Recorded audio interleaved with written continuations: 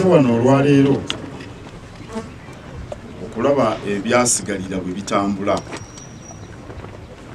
Nonajjukira nti ennaku z'omwezi 12 omwezi ogwa Ntenvu Desemba 2025 twajja wano ne bannange bano bendi nabo ne nangirira ng'omulimo gw'okuzaawo omuzibu Azaalampanga gwali guwedde.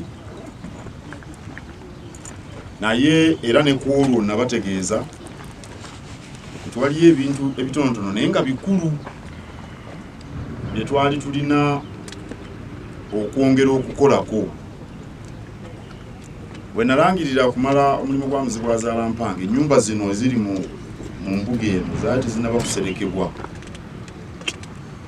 era twali tutandise okuzisibako amayinja mu budde obwo. Naye kati bw'otunula olaba ng'ennyumba zonna ziserekeddwa, amayinja gasibiddwako, buli bwe tubunnaggweera ddala naye guli yaddeyaddeko. Olujja luno nalwo lwaggwa, kuba lulina kusigala bwe ruti. Waliwo eyajja mu ofisi yange n'ambuuza, ne mukola omulimu okumala emyaka egyo gyonna olujja ne mululeka nga lwa ttaka? Ekyo kigenderere. Ennyumba eno ye yali ennyumba enkulu Ssekabaka Muteesa Olubiri birimu yasinkaniranga abagenyi abakulu ab'ebitiibwa.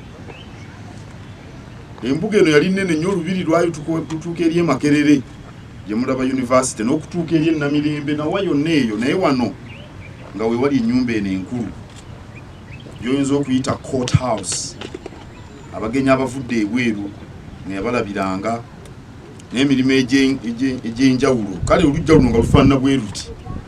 Kati twayagala okukuuma ekifaananyi ekyo, so si lwakuba tetwayagala kulusiba kolasi oba obujjo. Emirimu gino gigenda gikendeera. Ekikulu kye tulina okukola kwe kulabirira buli budde, okulaba nti tulabirira ennyumba ey'essubi.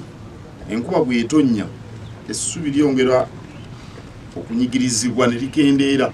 Tulina okuba nga tuzaako essubi. Emmuli zino zirina okulabirirwa buli budde, lunye.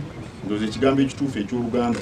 Tulina okulabirira omulimu guno lunye. Waliwo ekikolebwa okulaba nti omutindo tegugwa.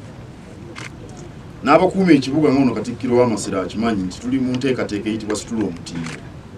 Tetuli ku bantu eri bokka ababeera ekyebongotoko. Tulina mu bifo ebikulu nga bino eby'Obwakabaka. Omutindo gulina kuba ogwo omutuufu gwe twegomba, gwe twagala.